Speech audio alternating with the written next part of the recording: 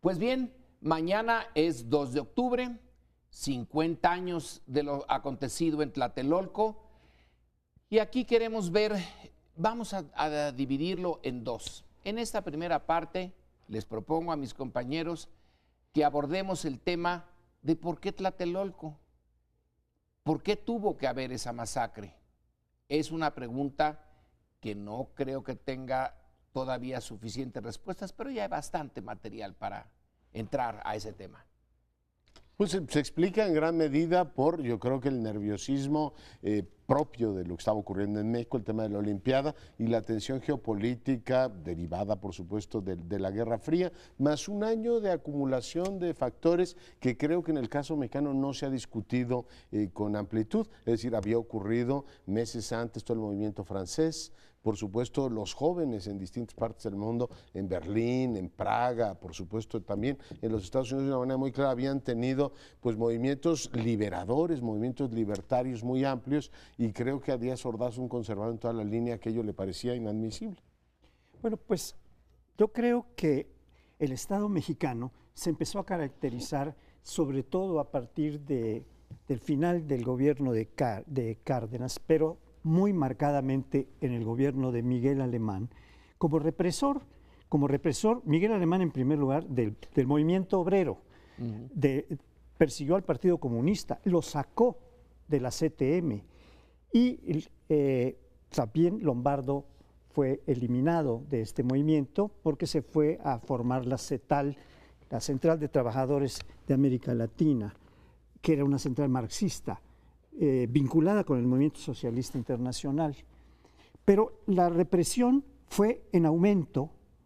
Sería largo que yo hiciera una crónica de estas, y viene a rematar con el 2 de octubre del 68, donde ya no hubo estos dos elementos que usaba el Estado mexicano. Usaba la cooptación, la captura de líderes, la captura de movimientos a los cuales atendía un poco, pero no les daba garrote, y si no se portaban suficientemente bien, les daba un poco de garrote y después los llevaba al seno del... Esto pasó con varias organizaciones campesinas, si yo no recuerdo mal. Pero después de esto vinieron los movimientos de los ferrocarrileros, de Demetrio Vallejo y Campa, que fueron reprimidos violentamente y que fueron encarcelados sus dirigentes.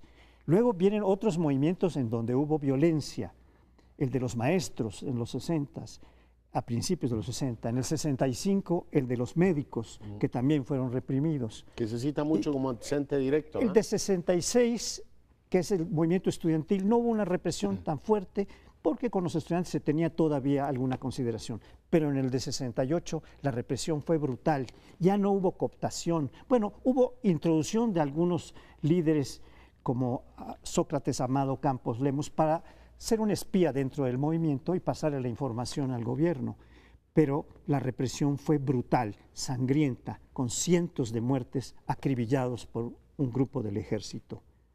Era básicamente eso, todo lo que has señalado, pues el signo del régimen, eso es lo que era el régimen, era un régimen sumamente cerrado en ese sentido.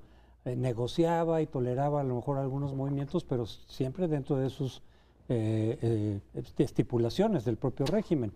Cuando se querían salir tantito o cuando protestaban más de la cuenta o planteaban algún tipo de confrontación, entonces era lo que se aplicaba. Pero hay que recordar dentro de eso que en el sexenio previo, es decir, el de López Mateos, quien manejaba en buena parte de la política era el propio Gustavo Díaz Ordaz como secretario de Gobernación.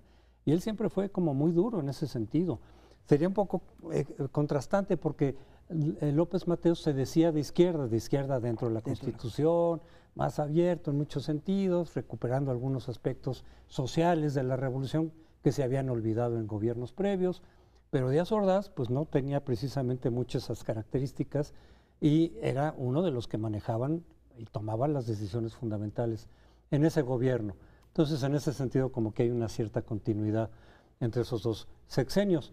Pero recordar también la coyuntura, es decir, una cosa es que hubiera surgido el movimiento y por qué surge el movimiento vinculado efectivamente con un movimiento de protesta mundial de jóvenes con distintos temas, porque aquí lo enfocamos con los temas nacionales, pero también había toda esta cuestión internacional de este movimiento de jóvenes cuestionando una serie de valores en fin, que ya estaban como caducos un poco, y algunas cuestiones ya específicas de París, el 68 en Checoslovaquia, en fin, como que había ese ambiente de protesta juvenil. Pero se cruzan las Olimpiadas y eso de todas maneras como que sí preocupó, es uno de los elementos que se manejan, de que iba a estar México en la mirada internacional. Me parece que era el primer país de América Latina que iba a tener Juegos Olímpicos, si no mal recuerdo. Entonces, bueno, pues ¿cómo que vamos a tener al mismo tiempo ahí a los jóvenes tomando las calles o quemando banderas o qué sé yo? Creo que fue un factor que precipitó esa decisión de Tlatelolco. Yo lo pondría en términos de sistema, a ver qué les parece.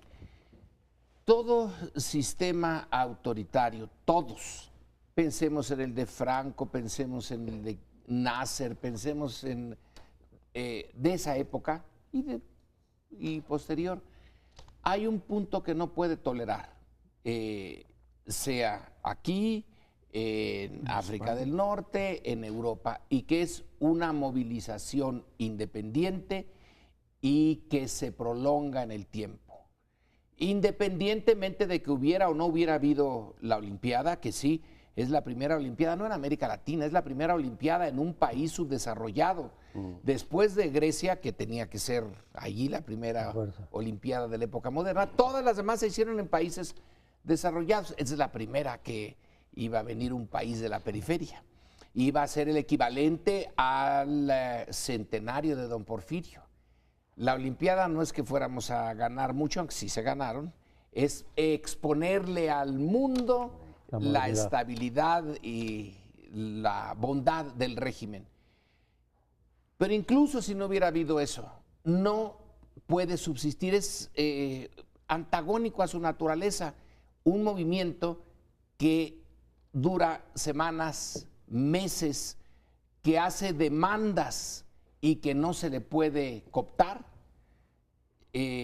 Lo que le quedaba al régimen, según el régimen, era deshacerlo. Me es absolutamente riesgoso polemizar con Lorenzo Meyer en cuestiones de historia, pero yo creo que las fuerzas que desencadenaron el 68, que es lo que nos preguntaba, son las fuerzas anti varias cosas. O sea, tú dices un régimen autoritario como el mexicano, perfecto, pero los jóvenes estadounidenses estaban pidiendo en la calle pacifismo. Los jóvenes franceses estaban diciendo que se vaya de Gaulle, y la demanda de los jóvenes era tan profundamente subversiva como que querían dormir, o sea, que hubiera dormitorios mixtos con las chicas. Aquello le resultaba al padre de la patria, a toda la gerontocracia, terrible. Si estos jóvenes están subvirtiendo todo. Entonces, tú tienes una combinación de un marxismo cuestionado en Praga y en Alemania. Un influjo enorme de la Revolución China diciendo, oiga, ese marxismo soviético, que también fue cuestionado en el 68, no funciona. Tiene esta gerontocracia que ganó la guerra, somos los padres de la patria, aquí vamos a seguir administrando, y deponen a De Gaulle, y Francia era indudablemente una democracia.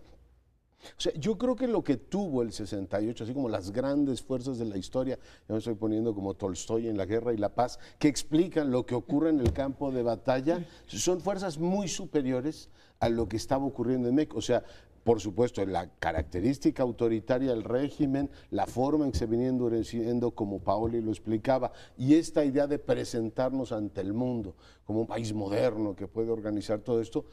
Además, si pones a un presidente ególatra que sentía que, bueno, pues entre otros, Eberto Castillo lo estaba suplantando, eso como lo escribe Sergio en su libro más reciente, para él aquello era insoportable, pues da como resultado el 2 de octubre.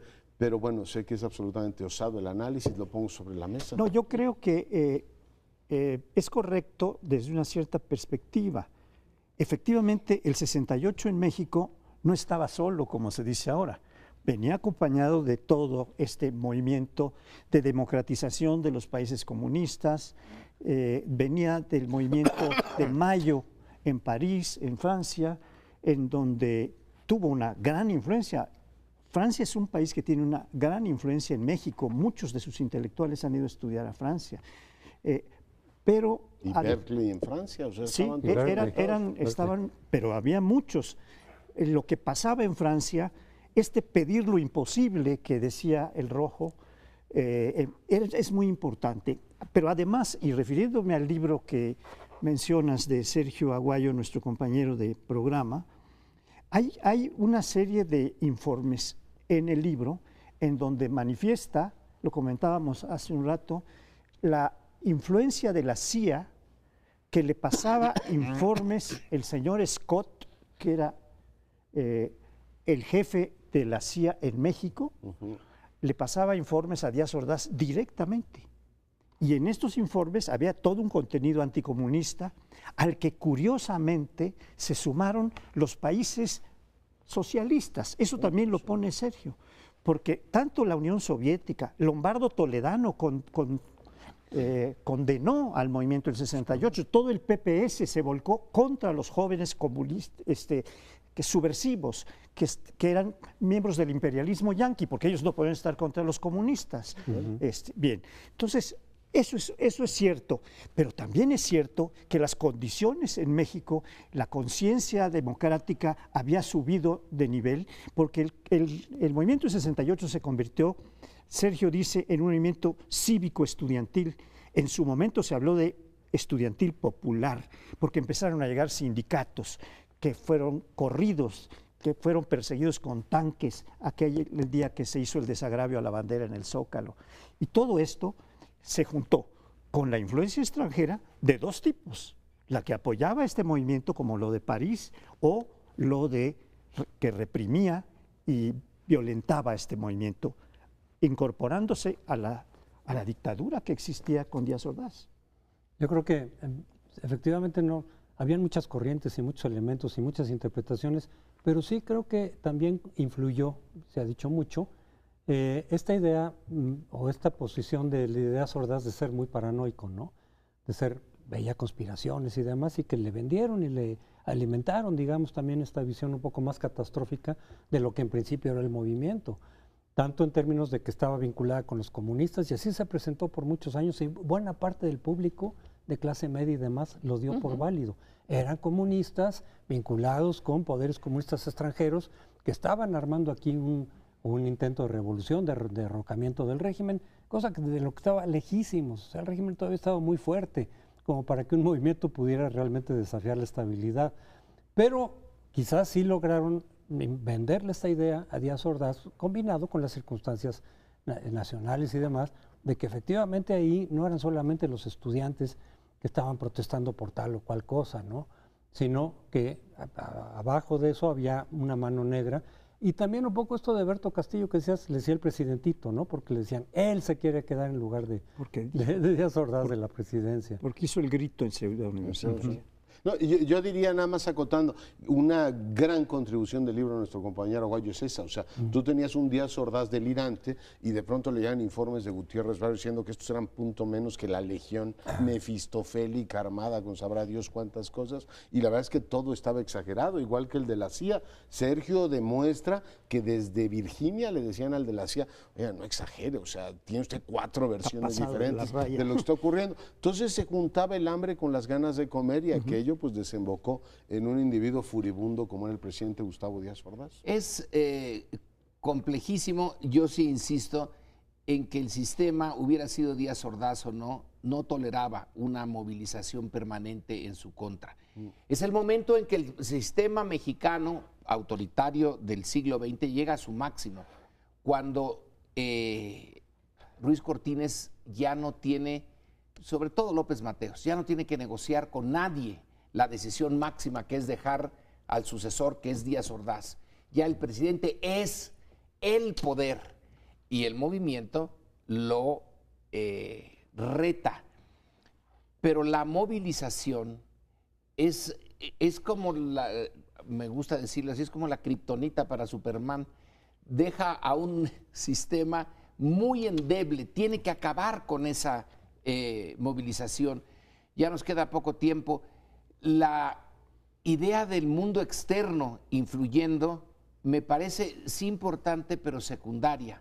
Se puede entender por puntos estrictamente mexicanos. Pero ya nos vamos y espérenos que volvemos con el mismo tema. Y ahora vamos a ver un poco la proyección del 68 como movimiento histórico que va a permitir una serie de cambios lentos, pero que se va a sentir en el gobierno mismo, en el siguiente gobierno de Echeverría, que abre las puertas a los jóvenes que habían sido reprimidos en gran medida, no a los mismos que habían sido reprimidos, por supuesto. Después se les abren las puertas en el Estado mexicano a algunos de los líderes del 68. Pero en ese momento, Echeverría dice hay que dar oportunidades a los jóvenes y lleva a su gabinete a gente muy joven. Y hay otras cosas que se hacen en ese movimiento donde se declara una apertura democrática, le llamaban en aquel momento. Y, por ejemplo, la derogación de los delitos del artículo 145 y 145 bis, que conformaba todo un síndrome penal para perseguir a los espías de guerra. Después de durante la Segunda Guerra Mundial se habían establecido estos artículos. Eran los artículos que configuraban el delito de disolución social. Pero este fue usado no para perseguir espías extranjeros o ataques extranjeros, sino para perseguir movimientos sociales como los que mencionaba yo en el bloque anterior. Habría que recordar que hubieron persecuciones terribles entre los campesinos. La última de las que se da, porque estaba ya muy cerca del 68, es la de Rubén Jaramillo en Morelos. Se había perseguido de otras maneras, pero esa represión va siendo cambiada por entregar más zanahorias que garrotes, aunque también se entregan garrotes. Se funda el Partido Mexicano de los Trabajadores, lleno de dirigentes estudiantiles del movimiento, presidido por el líder de la coalición de maestros, Eberto Castillo. Y este partido recoge a muchos, a muchos dirigentes del 68. Estaba Cabeza de Vaca, estaba Ruiz Villegas, estaba Gilberto Guevara, a mí me tocó militar en el Partido Mexicano de los Trabajadores hace ya mucho tiempo. Por eso me parece que esta proyección que ha tomado muy el rábano por las hojas López Obrador, cuando el día de la victoria, el 1 de julio, dice que su movimiento no es un movimiento reciente, sino que esto viene de muy atrás y que hay que tomar en cuenta todas estas luchas, toda esta sangre, todo este sacrificio que hicieron los movimientos sociales para entender lo que estaba planteándose ahora. Yo creo que el movimiento del 68 fue derrotado y fue derrotado completamente. El brote del jueves de Corpus de 71, si el movimiento del 68 son meses, son de julio, del veintitantos de julio hasta el 2 de octubre, en el del jueves de Corpus, cuando se convoca la primera marcha, ahí mismo se hace lo que se hizo el 2 de octubre. Nada más que no con el ejército, sino con un grupo paramilitar. Y entonces una de las herencias del 68 es la guerra sucia de los años 70. Tú dices, Pablo, la apertura de Echeverría. Yo le pondría también el otro lado. La cantidad de represión que hubo en los 70s y hasta principios de los 80s. La desaparición forzosa se hace ya sistémica. Tengo un alumno, bueno, ya no es mi alumno, ya presentó su tesis de doctorado, Camilo Vicente, en Filosofía y Letras, donde el corazón de la tesis es cómo se sistematiza la represión al grado máximo, que es la desaparición, pero se hace ya como con un sistema, va siendo burocratizada. Esta burocratización de la muerte, la burocratización de la destrucción del enemigo, es también una de las herencias del 68. Yo creo que culturalmente triunfó, digo, solo hay que ver la cantidad de películas, libros, series de televisión, ciclos de conferencia, coloquios que este año hemos tenido y por supuesto las referencias que al 68 se han hecho en tres grandes temas. Por un lado, su vertiente libertaria, que creo que fue pues, un discurso muy potente. Por otro lado, el carácter profundamente autoritario del sistema mexicano lo desenmascara, ya lo comentaron ustedes de manera brillante. Y lo tercero es la regulación del uso de la fuerza. O sea, si algo cambia las relaciones cívico-militares y, por supuesto, la relación sociedad-poder, es la proporcional en el uso de la fuerza. O sea, ha quedado la sociedad, ha quedado, digamos, la historia reciente de México marcada por esta desproporción del uso de la fuerza por parte del Estado, que en esos momentos todavía Díaz Ordaz decía, yo salvé este país, y al finalizar su mandato todavía tenía esta parte así arrogante, ¿no? Como de perdonavidas, y la desproporción efectivamente en el uso de la fuerza ha llevado a que un montón de demonios aparezcan en este país. Esta idea de que el Estado usa inapropiadamente la fuerza sigue estando presente en la discusión nacional. Y me quedaría con otra cita de Sergio.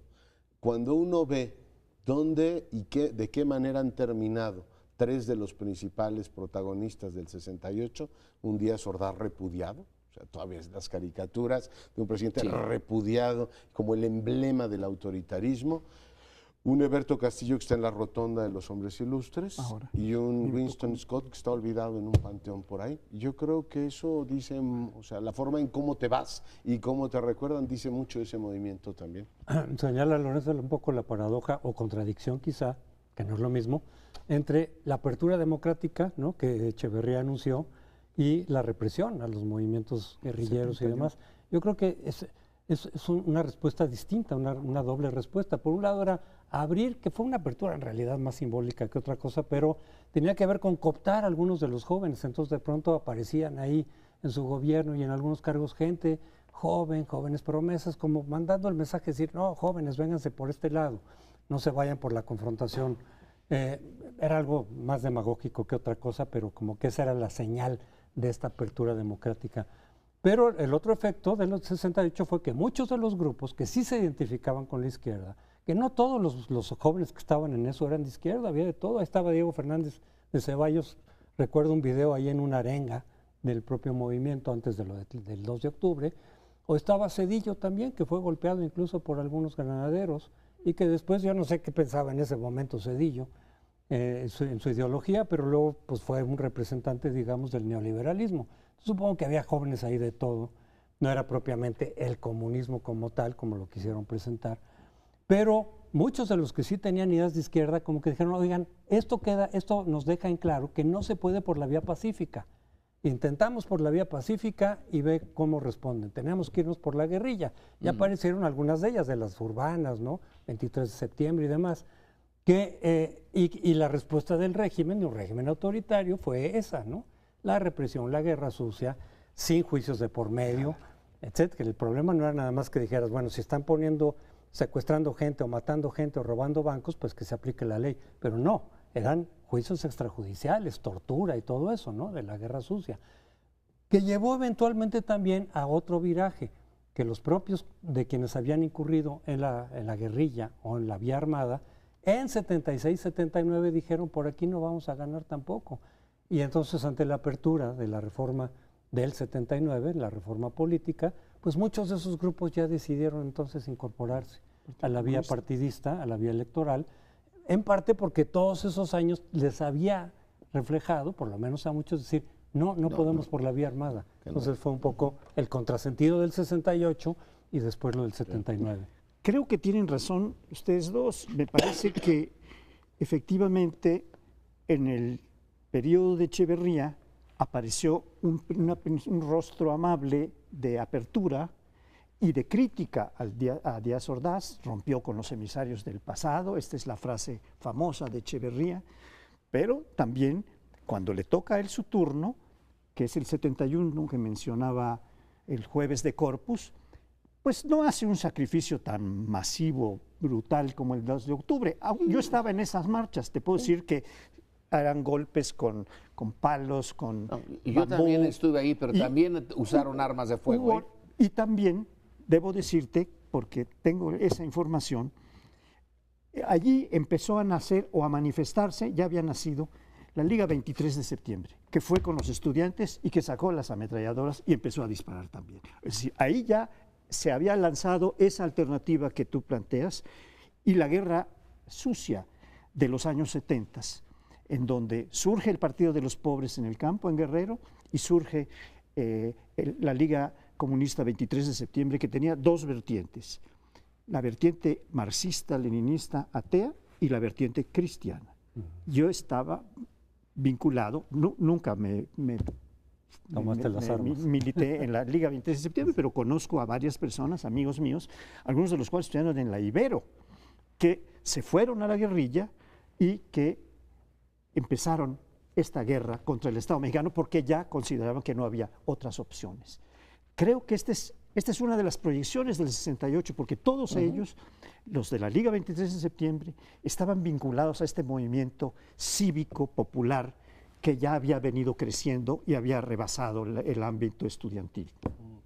Una de las, digamos, consecuencias interesantes también, creo que tienen razón, fue la utilización de dos políticas. Una, la expansión de la universidad, aparecen las UAMs, etcétera, por parte de Echeverría, las universidades en los estados, diciendo, a ver, si están tan inconformes, vamos abriéndoles espacios. Y la segunda, que la utilizó con legitimidad, pero también mañosamente para calmar la crítica, fue la política exterior. O sea, los regímenes de seguridad nacional son los de Pinochet, los de toda América del Sur, que eran impresentables, e incluso con el caso de España, que tú has estudiado tanto, Echeverría se da el lujo de decir, a ver, los malos están en otras partes, nosotros somos demócratas y revolucionarios, y ese discurso le funcionó en algunos sectores como un elemento de descomprensión, es decir, por un lado, si las dos cosas son ciertas, así es la historia de complicada, pero utilizó esos dos brazos para tratar de ganar una legitimidad que no tenía en ese ámbito, ¿no?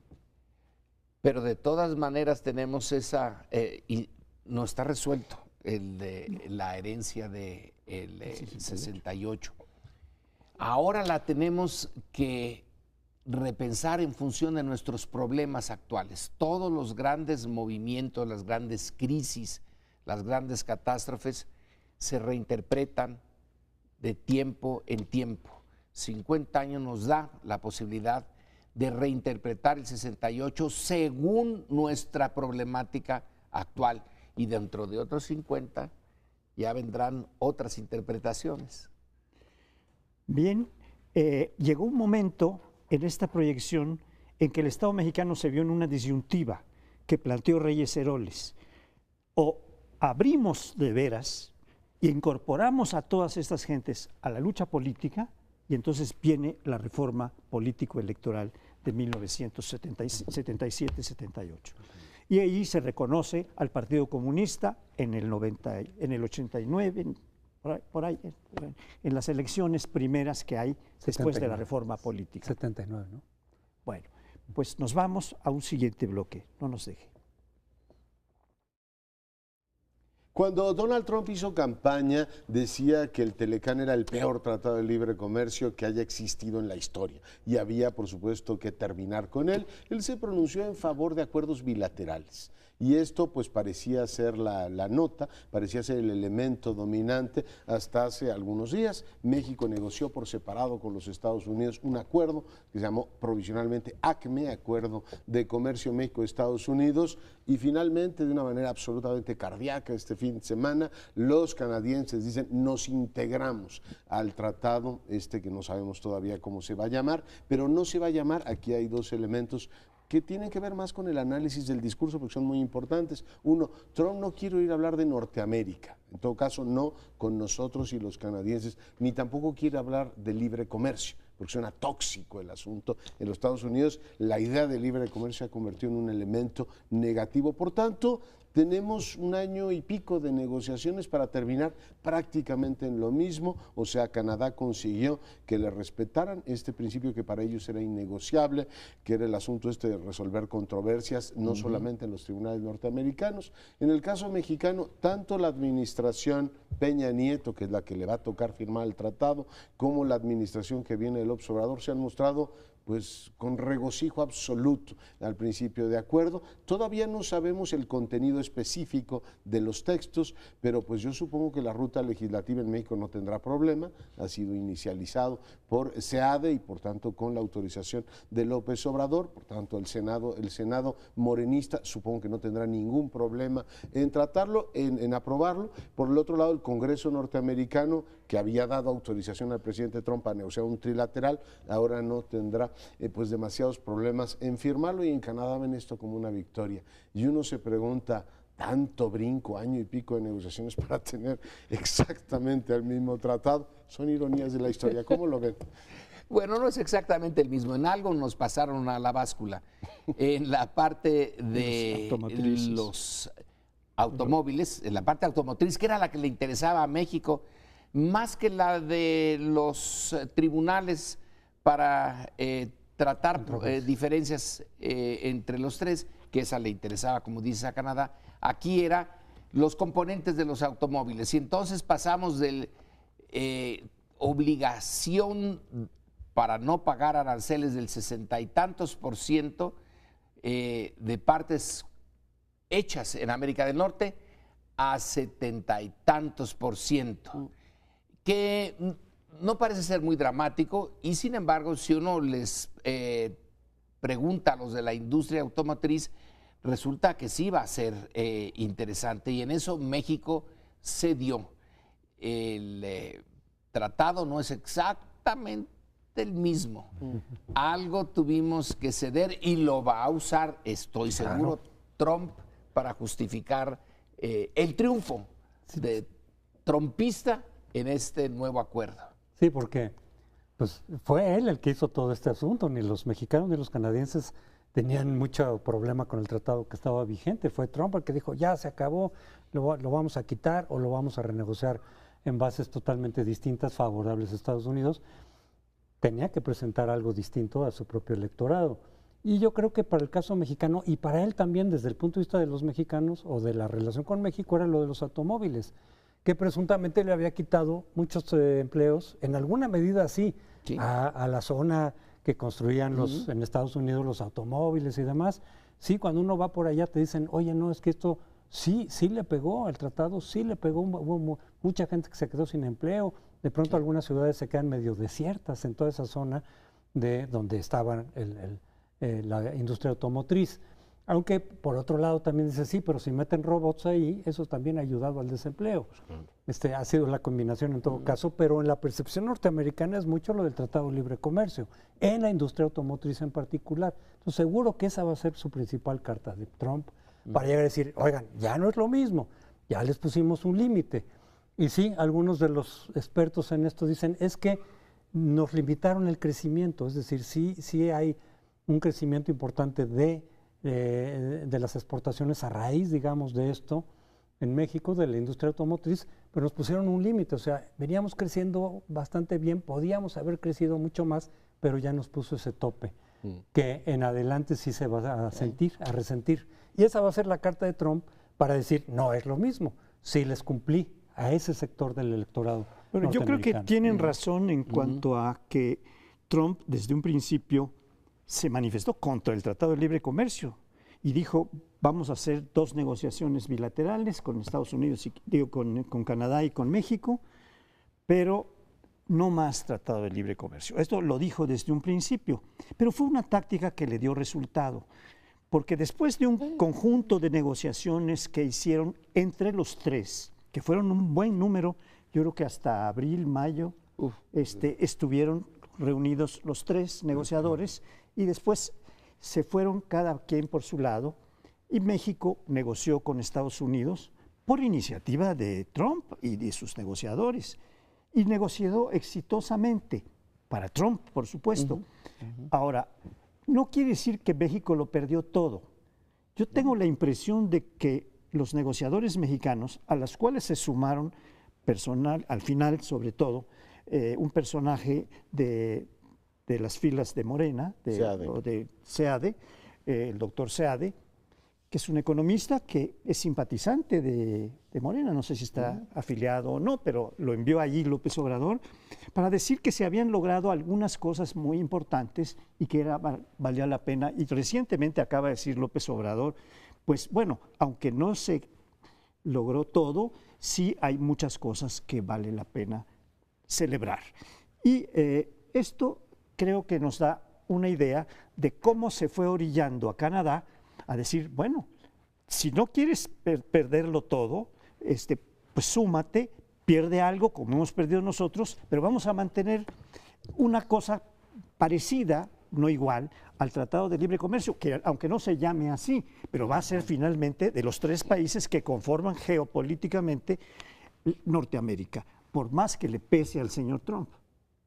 Pues para mí fue un espectáculo lamentable que efectivamente todo este tiempo dijera que iba a revisar para tener adecuaciones en el margen, que desde el principio los 2 países dijeron hay que revisar ciertas cosas si no funcionan. El tipo, pues vamos a ver cómo le va en noviembre, porque buena parte de la apuesta era a ver cómo me ve en noviembre con esto. Lo que les va a decir en el cinturón de óxido, toda esta parte del norte de los Estados Unidos es, pues los mexicanos no estaban quitando el trabajo. O sea, es verdad que se desplazaron aquí porque los sueldos son menores y era más productiva la cadena. Pero la gente está comprando coches alemanes, coches orientales, no porque quieran llevarle la contra a Trump, a ver si algún día entiende eso, sino que son más baratos, son más bonitos, son mejores. O sea, no veo yo cómo, cediendo México en esto, los coches norteamericanos súbitamente van a ser más apreciados por los mercados. La gente, como digo, compra asiáticos y compra europeos o porque son bonitos, o porque son mejores, o porque les da la gana. O sea, eso no es un asunto que los políticos puedan resolver.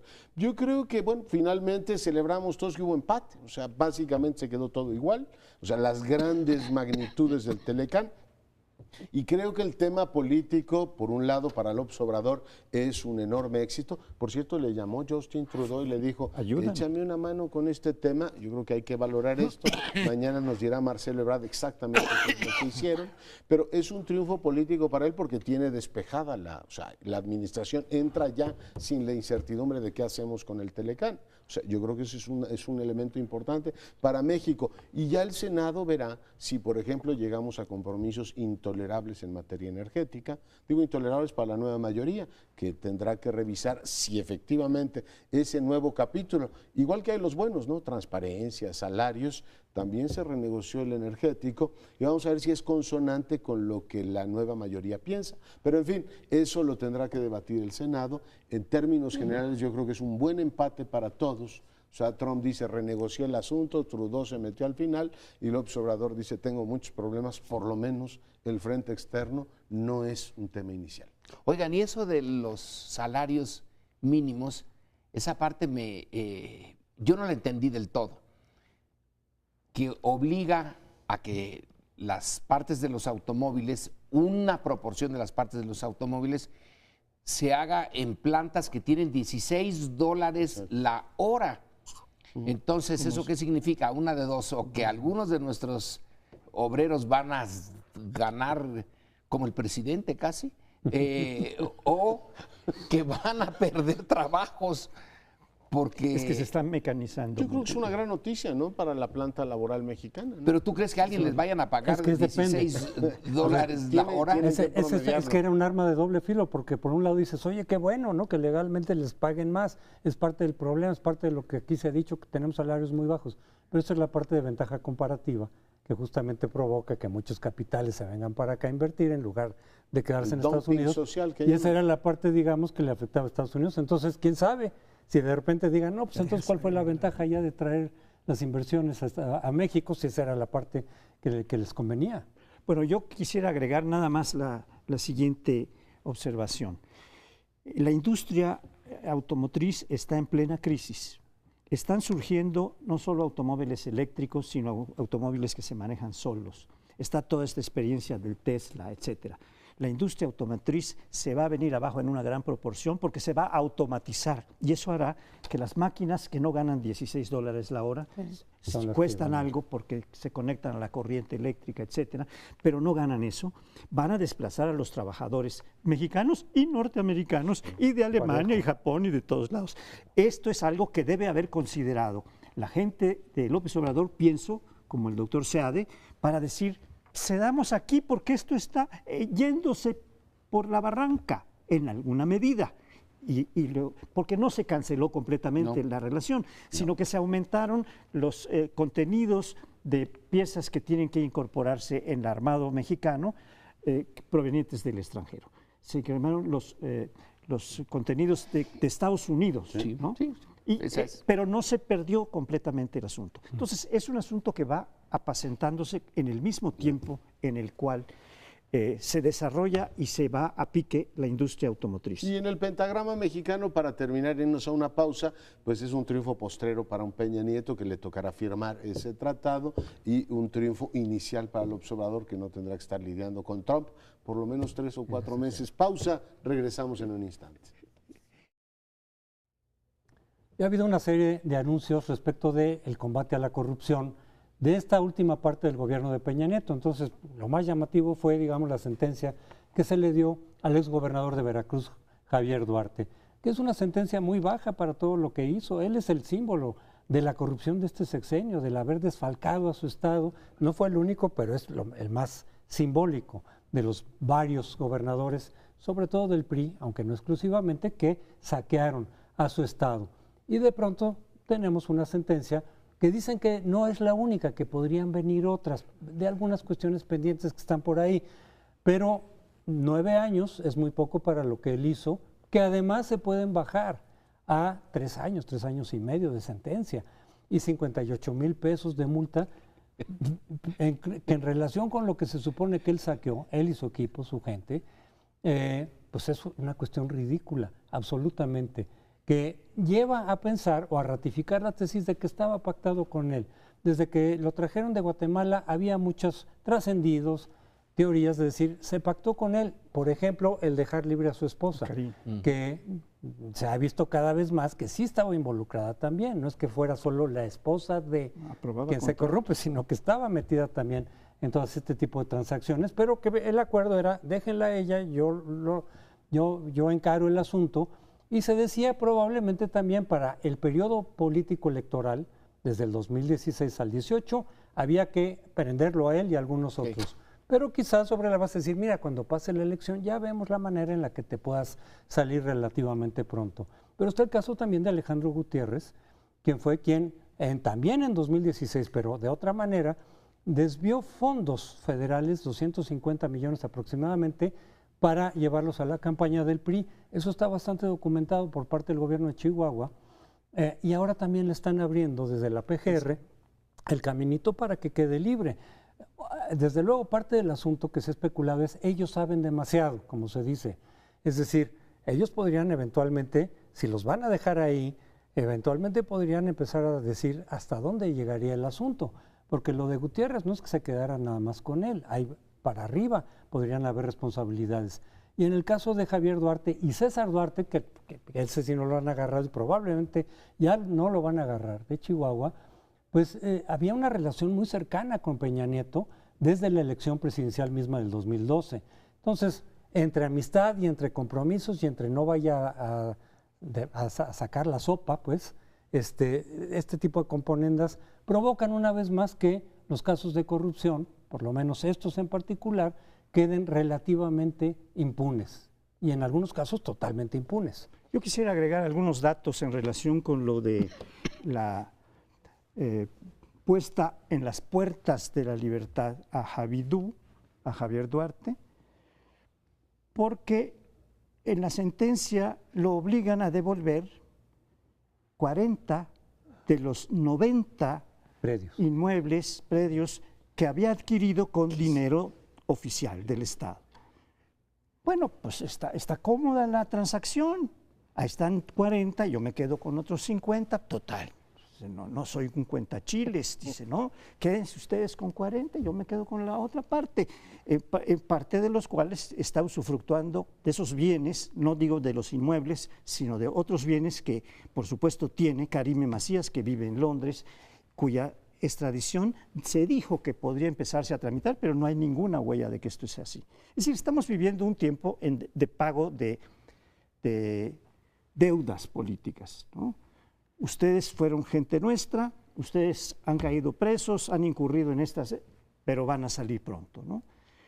Lo de Chihuahua es algo verdaderamente escandaloso porque, en primer lugar, trataron con todo el aparato estatal, judicial y de la Procuraduría de jalar el asunto a lo federal y allí llevárselo para después tomar este tipo de medidas de salir. Como hubo una resistencia muy fuerte y muy fundada del gobierno de Javier Corral y de su fiscal especial, que había probado varias cosas, entonces se fueron más despacio. Pero ya liberaron, ya salió de la cárcel, aunque no está libre totalmente, tiene puesta una pulsera en el pie, que no es pulsera, porque un brazalete donde lo pueden seguir. Y el gobernador Corral ha declarado que él no quedará libre porque van a meter nuevas acciones que tienen ya nuevas pruebas que van a reforzar la detención de Entonces, yo nada más quisiera agregar un tema, que es que el director de Pemex, este señor Lozoya Austin, ha pedido que venga a declarar el subsecretario de Hacienda, se me va el nombre, es un nombre alemán, Mesmacher, sí, para declarar que ellos, Hacienda, fueron las que eliminaron la necesidad de poner en licitación y se entregaron a Odebrecht los contratos libremente porque estaban liberados por Hacienda. Hacienda tiene mucha responsabilidad en varios de estos casos. En las desviaciones de este señor Javidú, en las cuestiones de Chihuahua, porque era dinero que Hacienda permite que se triangule para entregar al PRI, y ahora en lo de Odebrecht, que es donde está lo más grande, en cuanto a montos, estamos en presencia de una situación que va a tenerse que definir. Yo tengo la impresión de que sí va a haber alguna reacción del nuevo gobierno y ahora a nivel del Congreso, que es donde tienen la fuerza. Todos los caminos llevan a Roma, dirían. No, bueno, López Obrador dijo esto fue cinito. Si en otros temas, como por ejemplo circo y cinito, dijo si en otros temas como el de Rosario Robles minimizó el asunto y dijo que no habría efectivamente, que no estaba en su ánimo encarcelar a nadie, en el caso de Duarte sí hay la expectativa de que algo se haga, ¿no? Porque aquí tienes implicaciones de un pacto político. Curioso, esta administración arrancó procesando al químico Granier, ¿se acuerdan del que era gobernador de Tabasco? Y termina ahora casi procesando a Eugenio Hernández, el que fue gobernador de Tamaulipas. Ha procesado la mitad de los gobernadores sin que haya ningún resultado. Pero aquí tiene, o sea, ni político, o sea, ni siquiera ganaron credibilidad. El PRI está absolutamente contra las cuerdas. Entonces, tanto verdugos como víctimas en este caso quedaron mal. O sea, no ganó prestigio el gobierno persiguiéndolos. Pero tienes una legislación que no sirve para nada. Hoy decía Saskia Niño de Rivera, un artículo penetrante, decía, empieza a citar un montón de nombres de gente que está presa 9 y 10 años por delitos menores, y este tipo sale y dice, yo les pago no 58,000, si quieren 158,000, faltaría más, y a ver qué terrenos quieren y yo me voy libre. Y una persona que ha cometido un delito menor, resulta que tiene una pena mucho mayor, porque el sistema, dice ella, está hecho para encarcelar a esa gente y proteger a estos. Yo creo que la cuarta transformación, como la llama el presidente, sí debe empezar por revisar leyes, debe empezar por revisar actuación judicial y, por supuesto, voluntad política del gobierno, porque esto, desde el Bester Gordillo hasta Javidú, es un escándalo tras otro. Da la impresión de que la sonrisa de Mona Lisa sigue siendo un misterio. En cambio, la sonrisa de Javidú no es la antítesis. Son las dos sonrisas, esta de alguien que ya lo sabía. Bueno, si estamos en la cuarta transformación, como, digamos, premio de consolación, es que esta manera tan cínica, tan brutal de tolerar la corrupción, es el último grito del PRI. El estertor. Se va de la vida pública significativa con algo que se merecía. Se merece irse con este tipo de de carga, que en el final de sus días, ese partido que nació de la revolución, etcétera, se hunde con todo el peso de la corrupción. Alguien puede decir, oiga, eso no es suficiente, los queremos ver en la cárcel. Bueno, pero si no se les va a ver en la cárcel, por lo menos queda la figura histórica del PRI en el final, queda hundido, pero completamente por su propia corrupción. No tiene salvación ya, no hay forma de que se salve. Y si uno sigue con esto, en la Asamblea Legislativa, ¿quién tiene una comisión para ver lo de la niñez?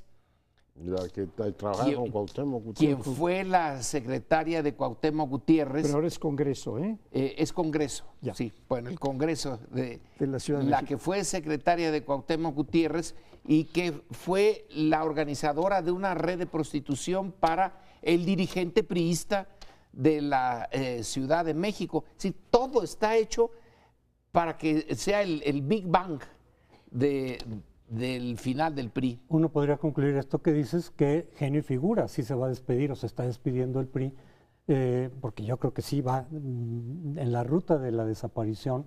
No será inmediata, pero yo creo que sí va en un declive del que no se va a reponer, precisamente por todos estos escándalos con los que concluye este sexenio. Pero regresamos al siguiente segmento. No, pásame.